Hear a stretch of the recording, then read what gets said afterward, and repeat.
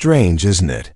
How the body can whisper for years and still go unheard.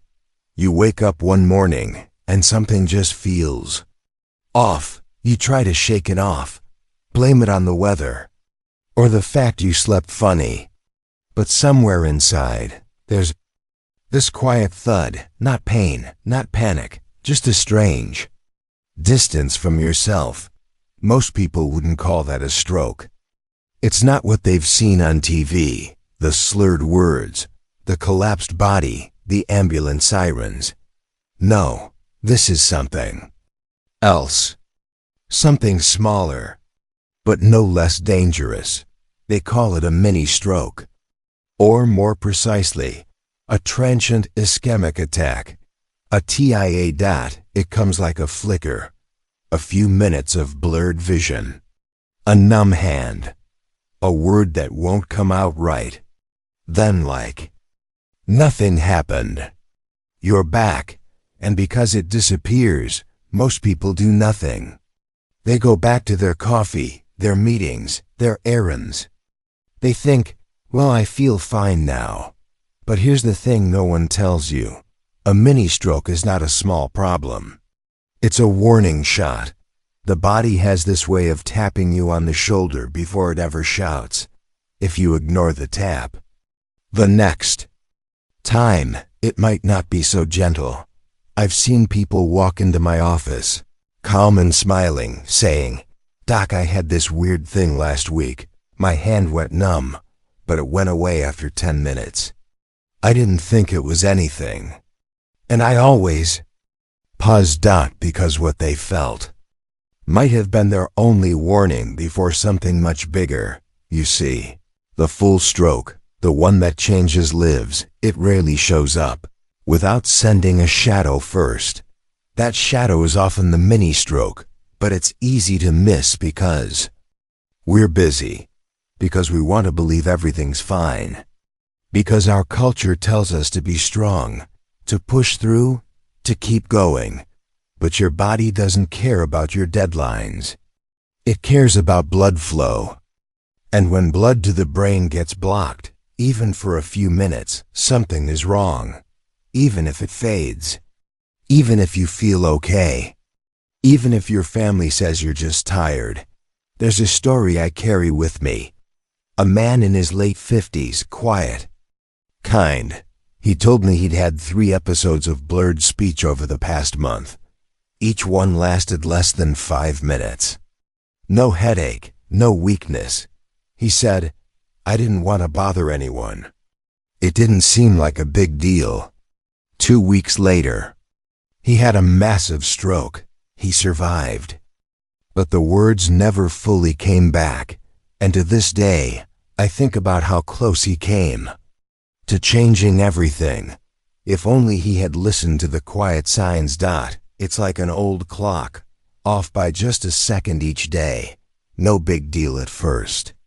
But keep going long enough, and eventually, you start missing every train. Health doesn't fall apart in one moment. It drifts.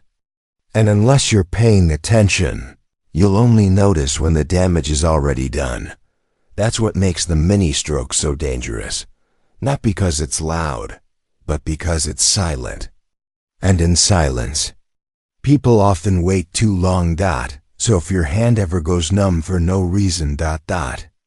If you suddenly forget how to say a word you've said 1,000 times. If your vision flickers or your balance sways. Down single quotes. Just brush it off. Because the next time, it may not pass. And sometimes, the difference between a mini stroke and a full one is just a decision. The decision to listen. To pause. To check. Not because someone told you to, but because you still have time. Most people think a stroke is sudden, a collapse, a slurred sentence, a shaking hand. And sometimes it is, but what they don't see is what happens in the days, the weeks, even the years leading up to it. Because the truth is, the body rarely breaks without warning. It warns us quietly, in small slips, in fading balance, in confusion that feels like forgetfulness. You tell yourself you've just been tired, you've been working too hard, you skipped lunch, you didn't sleep well last night. And maybe all that's true, but sometimes it's not fatigue, it's not age, it's not just a long day. It's the brain missing oxygen for just a few minutes, a blood vessel narrowing, a clot drifting, pausing, then passing through. And if you could see what's happening inside, you'd be shocked at how close it came. A full stroke doesn't always start like a crash. Sometimes it begins as a flicker. Then it disappears. And that's what makes it so dangerous. You'd think pain would be the big red flag. But strokes don't always hurt. In fact, mini strokes often feel like nothing. That's the trap. People wait for pain to prove something's wrong. But when it comes to the brain, silence is often the warning. A sudden loss of vision in one eye, not pain, just darkness. A tongue that won't quite form the right word. A hand that struggles to button a shirt, and then nothing. It passes. So they say, I'm fine now. I don't want to waste anyone's time. I'll just keep an eye on it. But by the time they keep an eye on it, the next one has already begun. You wouldn't ignore smoke just because the fire's not visible. You wouldn't wait to fix your brakes until after the accident. But when it comes to the brain, the organ that is you, we wait, we explain it away. We tell ourselves we're being dramatic. We worry about bothering others. I've seen it over and over. Someone has a mini stroke at 10 a.m. By 10:15, they feel better, so they skip the By nightfall, they're back to normal. But inside, the damage has already started. And what's worse, the window to prevent the next one is already closing. Here's something I wish more people knew. A mini stroke is a gift, not in the way we normally think of gifts, but as a chance, a quiet, precious second chance. Because once the full stroke arrives, you don't get to choose anymore. Choices happen now, in the calm before. Now, when your speech is still yours. When your legs still listen. When your family still sees you whole. I once sat with a man who told me something I'll never forget. After his second stroke, the one that left him without full use of his right arm, he said, I wish the first one had scared me more. That's the thing about mini strokes. They don't look scary. They don't feel big. But they mean everything, because behind the silence, there's a river shifting course. And if you catch it now, you still have time to build the dam. So, if something feels off, not dramatic, not painful, just wrong in a quiet way, don't wait for it to return. The first flicker may be the only chance you get. And sometimes, listening to that whisper can save everything that matters. Most people never see it coming, not because the signs weren't there, but because they didn't understand what they meant. You see, a mini stroke and a full stroke don't just differ in how they feel. They differ in what happens inside. And understanding that difference can mean everything. Let me explain it simply. The brain runs on blood. Not just some of it, all of it. Every second, every cell depends on a steady, uninterrupted flow of oxygen-rich blood to survive. When something interrupts that flow, whether it's a clot, a narrowed vessel, or even a sudden drop in pressure, the brain begins to suffer almost immediately. In a full stroke, the interruption doesn't go away. A clot stays lodged. A vessel bursts. Brain tissue starts dying. And every minute that passes, more damage is done. That's why they say, time is brain. It's not a slogan, it's a fact. But in a mini-stroke, that interruption is temporary. The clot may dissolve or dislodge on its own. Blood flow returns before lasting damage sets in. Symptoms fade. Function returns. You walk away thinking, it was nothing. But here's what's crucial to understand. Even though the symptoms are gone, the danger isn't. A mini-stroke leaves a trace, not just on brain scans, but on the path your health is heading down. It's a flare in the dark, a sign that the conditions for a full stroke are already there, simmering just below the surface. I've seen patients with clean bills of health. Good diet, decent numbers, no history of heart disease. But then, one afternoon, they forget how to sign their name. Or they reach for a glass and their hand won't respond. It lasts only a few minutes. And then they're fine. They almost don't come in. But when we look closer at their vessels, their rhythms, their blood, we often find the beginnings of something bigger. A narrowing artery, a fluttering heartbeat, silent signals that, left unchecked, will return with more force, because mini-strokes are rarely random. They are part of a pattern, one that's easy to miss if you only focus on the surface. And that's where many people go wrong. They think, if I feel fine, now I must be fine. But the body doesn't always fix itself just because symptoms go away. Sometimes it just gets quiet before the next wave. I remember a woman in her early 60s, sharp, active, still working full-time. She came in one morning because she couldn't write her name for about 2 minutes the night before. No pain, no dizziness, no weakness. She almost didn't mention it. We ran some scans. She had significant narrowing in 2 arteries leading to the brain. She'd had a mini-stroke. She looked at me and said, "But I exercise, I eat well, I've never smoked." And she'd done so many things right. But stroke doesn't just come from bad habits. It can also come from silent buildup, years of quiet tension, unnoticed pressure, inherited risk. Mini-strokes are like fault lines.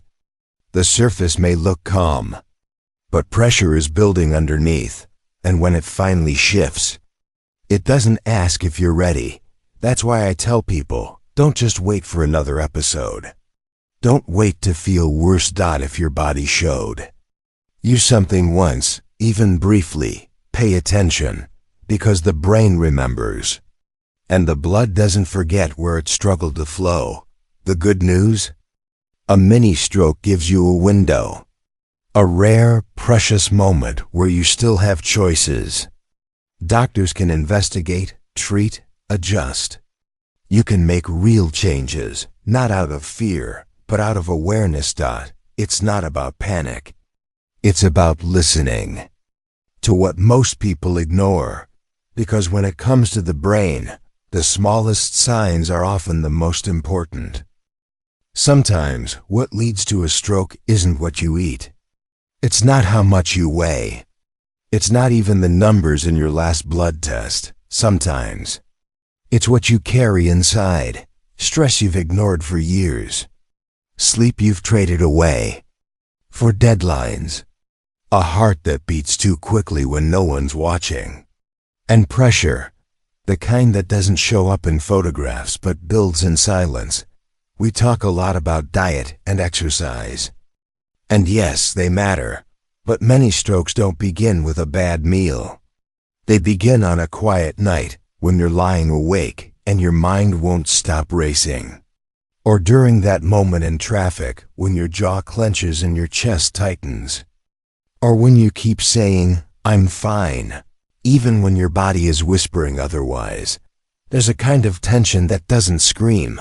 It settles into your shoulders. It rides the curve of your neck. It slips into your blood vessels and stays there, just enough to narrow the flow. Over time, that quiet pressure becomes a pattern. And if you don't interrupt it, your body will with something louder. I knew a man, a kind man, steady, always polite. He was the sort of person who never complained. But he carried the weight of everyone else. He worried for his aging parents. He took extra shifts for his team. He smiled through stress because that's what he believed strong men do. Then one morning, his speech slipped. Just a word, just for a moment. He thought it was exhaustion. He went back to work. 3 weeks later, he collapsed at his desk. Full stroke. He survived, but he never returned to that job. Or to that version of himself. And when I visited him in recovery, he didn't talk about the stroke itself. He talked about all the nights he stayed up, staring at the ceiling. He said, "I thought I was just tired. I didn't know stress could move like that, into my body." That's the thing. We underestimate the long, low hum of chronic stress. It doesn't spike like panic. It doesn't shake like fear. It just simmers quietly enough that we get used to it. But the body never forgets, and when that simmering meets other risks, like high blood pressure or undiagnosed arrhythmia, it becomes the perfect storm. Many mini-strokes happen during moments of transition. Waking up, standing too fast, a sudden argument. Why? Because those are the moments when blood pressure shifts. When the body, already on edge, is asked to adapt. And if the system is strained, something gives. That's why paying attention doesn't just mean noticing symptoms. It means noticing your patterns, your mornings, your reactions, the tightness in your chest when you rush, the way your hands tremble after too many nights without rest. We look for warning signs like they're big red flags. But often, they're no more than a flicker in the corner of your vision. A word stuck in your mouth. A moment when your body says, "Stop, something's not right." And if you ignore those moments, they add up. The brain doesn't break all at once. It breaks after being bent too long. So if you've been running on empty, if you've been pushing past your own limits, day after day, don't wait for your body to shut you down. Rest isn't weakness. Stillness isn't laziness. How the body resets before it's forced to. And sometimes, the most powerful decision you can make is to pause before something else makes you. What most people don't realize is this. After a mini-stroke, in the quiet days that follow, the risk of a full stroke is at its absolute highest. Not years later, not months down the road, but in the very next 24 to 48 hours. That's the part no one talks about, because when the symptoms fade, so does the urgency. You think you dodged it, that it passed, that it wasn't serious after all. You tell yourself, if something were truly wrong, I'd still feel it, wouldn't I? But the truth is, those hours right after, that's when your body is most vulnerable. That's when the same blockage that came and went might come back and stay. I once met a woman in her late 40s, sharp, quick-witted, the kind who runs the room before she even speaks. She told me she had a strange episode one evening. Her right hand suddenly wouldn't grip her pen, and her speech sounded slurred on a video call. But it lasted only a few minutes. She thought it was stress. Or maybe dehydration. She drank some water, took a walk, and everything went back to normal. She didn't call anyone, didn't go to the hospital. She didn't want to make a fuss over something so small. The next morning, she had a massive stroke. This time, her right side didn't come back. That's how fast it can happen, not because she didn't care, but because she didn't know how close she already was. And that's the danger with mini-strokes. They look like mercy, when in truth, they're more like warnings left on your doorstep. They give you a window, but not a wide one. That window can close in hours, and when it does, what was reversible, becomes permanent. There's this idea out there that if you feel fine, you are fine, that health is defined by how you feel in the moment. But the body isn't a light switch, it's more like a river. Sometimes the water flows clear, even after the rocks have shifted underneath. Sometimes the warning signs feel like nothing more than a ripple, but downstream, the current's already changing. That's why doctors take mini strokes seriously, even when the symptoms seem small. Because behind those few minutes of slurred speech, or a flicker of vision, is often a deeper issue, a narrowing artery, an irregular heartbeat, uncontrolled pressure building over years. And if you don't act when the warning comes, you may not get another chance to. I always tell patients, if something feels off, really off, don't wait to see if it comes back. Go while you still can speak, while you still can walk, while you still have your full self intact. Because once it takes hold, it doesn't ask for permission. The next one might come without a preview, and when it arrives, it won't knock. It'll break through the door. But here's the part that gives me hope. I've seen people catch it in time. I've seen someone walk in after a mini stroke, get the scans, start the meds, make the changes, and never have another episode again. They listened when the body whispered, not just when it shouted, and that made all the difference. So if you've ever felt something strange, even if it passed, don't file it away as nothing. It may have been the one chance your body gave you to pay attention before it was too late. It may have been the knock before the flood. And if you answer now, if you act in the calm, you still have a say in what comes next. You'd be surprised how many people hesitate, even after the slurred word, even after the blurred vision, even after the hand that wouldn't move quite right. They wait. They tell themselves they're overreacting, that it's probably nothing, that it'll go away, and sometimes it does. But that moment of silence afterward, that quiet return to normal, it gives a false sense of safety.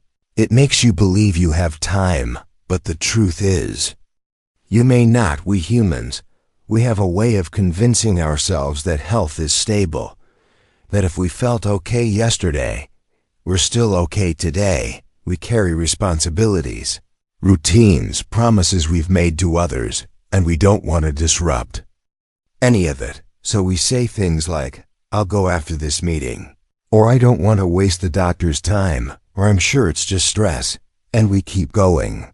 I've heard every version of that delay, and I've watched what happens when the delay becomes too long. There was a man mid-50s, owned a small printing shop, hardworking, generous with his staff, never missed a day of work. One afternoon, he felt a strange heaviness in his left arm, and for a few seconds, his speech turned garbled, like a record playing too slow. He sat down, drank some water, waited it out. It passed. His wife begged him to get checked. He said, "Tomorrow, I just can't leave the shop today, by morning." He couldn't speak at all. When I visited him in the hospital later, his eyes told the story his mouth could no longer tell. Regret doesn't always come with words. Sometimes it sits in silence beside a hospital bed, breathing through tubes, blinking once for yes, twice for no, all because of one decision, to wait. But I've seen the other side too, the quiet courage of someone who listens to their body even when it whispers, who acts before things break, not after. A woman I knew, mid-60s, retired teacher, calm and thoughtful, woke up one morning and felt strange for just a moment. Her vision doubled. For less than a minute, she didn't panic, but something in her gut told her it wasn't nothing. She went to the A, even though she felt fine by the time she got there. Scans showed she'd had a mini stroke. They caught the source, a clot forming from a heart rhythm problem she never knew she had. They treated it before it caused real damage. Months later, she sent me a note. It said I almost ignored it. But something told me to pay attention. That something, that intuition, that quiet awareness saved her life. Sometimes it's not the symptom that decides your future, it's the moment after, the moment when you choose to brush it off or lean in and ask why it happened. The body often knows before the mind catches up. It sends signals, not to scare you, but to guide you. And if you honor those signals with action, you give yourself the chance to change direction before the cliff edge arrives. There's no shame in checking, no weakness in asking for help early, no defeat in showing up to a doctor and saying, "I don't know what that was, but it didn't feel right." In fact, that may be the strongest thing you ever do, because not everyone gets a second chance, and not everyone hears the knock before the door closes. So if your body ever gives you a moment, even just one, that feels unfamiliar, unsettling, unexplainable, don't let the return to normal fool you. Sometimes normal is just the eye of the storm, and the most powerful decision is to move before the wind returns. There's a quiet myth that lives beneath many of us. That stroke only happens to those who are already weak, already sick, already near the end of their strength. We think of the elderly, the frail, the ones who've ignored their health for too long. But the truth is more complicated, because stroke, and especially mini strokes, don't always wait for the weak. Sometimes they visit the strongest first, the ones who carry everything for everyone else, the ones who never take a break, the ones who are always fine. I once treated a man in his early 40s, tall, athletic, father of 3. He ran every morning, worked long hours, rarely got sick. One evening, during a family dinner, he went silent. Mid-sentence, his eyes looked confused, just for a moment. Then he shook his head and smiled, said he forgot what he was saying. Everyone laughed, thought it was nothing, and for a while, it was. But I saw him 3 days later. He came in after waking up with his right hand numb and a strange taste in his mouth. We ran the tests. He had already had a mini stroke, and the scans showed early damage to a small part of his brain, the part that helps with speech and memory. He looked at me stunned. "How is this possible?" He asked. "I'm healthy. I take care of myself." And he did. But sometimes, it's not just about what you do. It's about what's happening quietly inside that no one sees. You can be young, fit, disciplined, and still be vulnerable. Because stroke isn't only about age or bad habits. It's about blood vessels. It's about pressure building in silence. It's about a heart that skips when you're not looking, or a clot that forms where no one thought to check. And sometimes it's about what you carry, not in your body, but in your life, the unspoken stress, the invisible tension, the constant expectation to be the strong one. Always. I've met teachers, soldiers, single parents, young professionals, people whose lives looked steady on the outside, but whose bodies were already sounding the alarm. But because they weren't supposed to get sick, they didn't listen. They pushed through. And when the stroke came, it didn't ask for permission. It arrived like lightning, and suddenly, everything they'd built had to be paused, or rebuilt, or left behind. So if you've always been the strong one, if people come to you for help, for answers, for calm, don't forget to check on yourself too. Because strength doesn't mean silence, and endurance doesn't mean immunity. Your body isn't impressed by how much you can carry. It simply responds to how long you've carried it without rest. There's a kind of pride that keeps people from seeking help, especially when they're used to being the reliable one, the provider, the protector. But stroke doesn't care how responsible you are. It only cares about what's happening in your veins, in your rhythm, in your pressure when you sleep. So don't let the role you play in others' lives stop you from protecting your own. The strongest people I've known were the ones who had the hardest time admitting they needed help. But when they finally did, when they came in, when they asked the question, when they allowed someone to look deeper, that's when things changed. That's when the story turned from loss into recovery, from silence into awareness, from almost into never again. So if you've been feeling something, even faint, don't ask whether you deserve to worry. Don't tell yourself you're too young, too strong, too busy, because the body doesn't follow your story. It follows its own patterns, and when it speaks, even softly, it's better to listen early than regret late. After the storm passes, if you're lucky enough to walk away from it, everything begins to sound different. Not louder, not more urgent, just clearer. The ticking of the clock, the way your chest rises and falls in the morning, the strange way your left hand feels just a second slower than your right. It's not that the body changed overnight. It's that you finally started listening. There's something humbling about surviving a mini stroke, because it doesn't destroy you, not entirely. It just shakes you hard enough to wake you. It's like standing on a quiet street and hearing a car whiz by inches from your shoulder, not hitting you, but close enough that you never forget the wind it left behind. You walk away, but you walk away different. You start noticing things you never did before, the extra salt you add without thinking, the way your heart flutters a bit when you climb stairs too fast, the restless nights you used to brush off as just stress. You notice how often you say I'm fine, even when you're not. You start to realize that the body has been whispering to you for years. Only now you finally have ears to hear it, and no one tells you how emotional that part can be.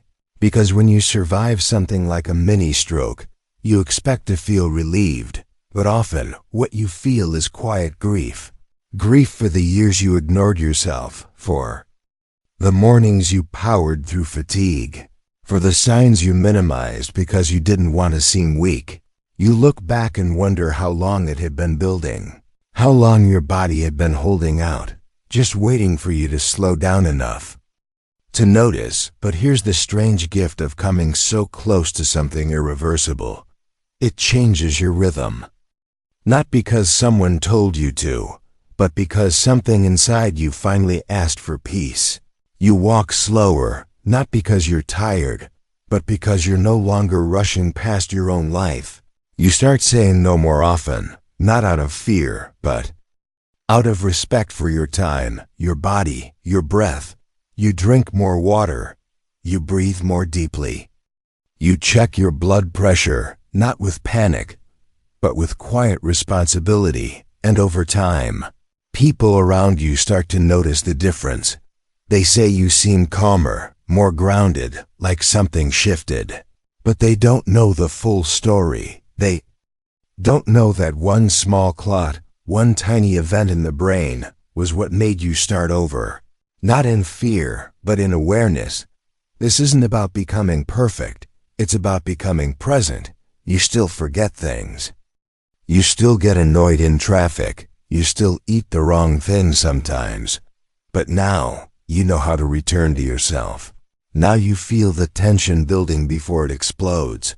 Now you catch the dizziness before it knocks you over. You don't live in fear, you live in attention. And that's how healing really begins. Not with medication alone, not with a dramatic life overhaul, but with quiet attention paid over and over again. Small choices, smaller regrets, gentler mornings, and the soft realization that you still have time to live differently. Not everything that wakes you is meant to be carried. Some things, once noticed, are meant to be released. You learn that after a mini stroke. You don't just wake up to your body's signals. You wake up to everything you've been holding too tightly. The grudges that no longer matter. The guilt that doesn't heal anything. The constant need to prove you're strong. Even when you're crumbling inside, you begin to ask quieter questions. Not What's wrong with me? But what am I still carrying that I no longer need? Sometimes the weight isn't physical, it's emotional fatigue. It's years of ignoring your own needs to show up for others. It's the silent belief that rest must be earned, and that your worth depends on how much you endure. That belief breaks open after a close call, and what spills out isn't weakness, it's truth. You see, mini strokes don't just impact the body, they shift the soul. They slow down the noise just long enough for you to hear what's beneath it. And most people discover something unexpected down there, a kind of longing, not for more success, or praise, or control, but for stillness, for space, for peace that doesn't depend on anything or anyone else. I've seen patients change completely after surviving something small that could have been so much worse. Not out of fear, but out of clarity. They don't move faster, they move wiser. They start letting go of things they once thought were essential, the late-night emails, the endless social obligations, the toxic conversations that leave them exhausted. They start giving themselves permission to choose peace over performance, and slowly, their health begins to reflect it. Their blood pressure lowers, not just from pills, but from boundaries. Their sleep deepens, not just from routines, but from real rest. Their minds clear, not from pushing through, but from pulling back. It's not magic, it's not a miracle. Cure. It's simply the body responding to the absence of what used to harm it. But this kind of healing, it requires honesty. Not the kind you say out loud to impress anyone, but the kind you whisper to yourself at night when no one else is watching. You ask, what in my life is no longer helping me heal? And you begin to answer, slowly, sometimes with tears, sometimes with stillness, but always with truth. That's the unexpected grace of a mini-stroke. It doesn't take everything from you. It gives you a chance to decide what really matters, not because someone warned you in time, but because your body spoke in a language too loud to ignore, and for once, you listened. There's a moment, usually quiet, usually alone, when you realize you don't want to wait for something worse. You don't want your body to scream before you start listening. You don't want your life to change only after a full stroke. Leaves you speechless, so you sit still, you exhale longer than usual, and you let that truth settle in. You still have time. That doesn't mean you have forever, but it means that for today, you can choose to do one small thing differently. Not a dramatic overhaul, not a perfect plan, just one choice. You could go to bed a little earlier. You could pause when your chest feels tight instead of pushing through it. You could speak to someone honestly about what's been weighing on you, or simply, you could listen to your body without dismissing it. See, the difference between a mini-stroke and a full stroke isn't just medical. It's a window, a warning with a whisper instead of a roar. It's the last time your body gives you a nudge before it has no choice but to shout. That nudge isn't meant to scare you, it's meant to awaken you, to remind you that your body isn't the enemy, it's the messenger. And messages like this, they don't always come with sirens or flashing lights. Sometimes they come in the form of dizziness on a normal morning, a flicker in your vision that disappears by lunch, a strange numbness that fades before you finish your coffee.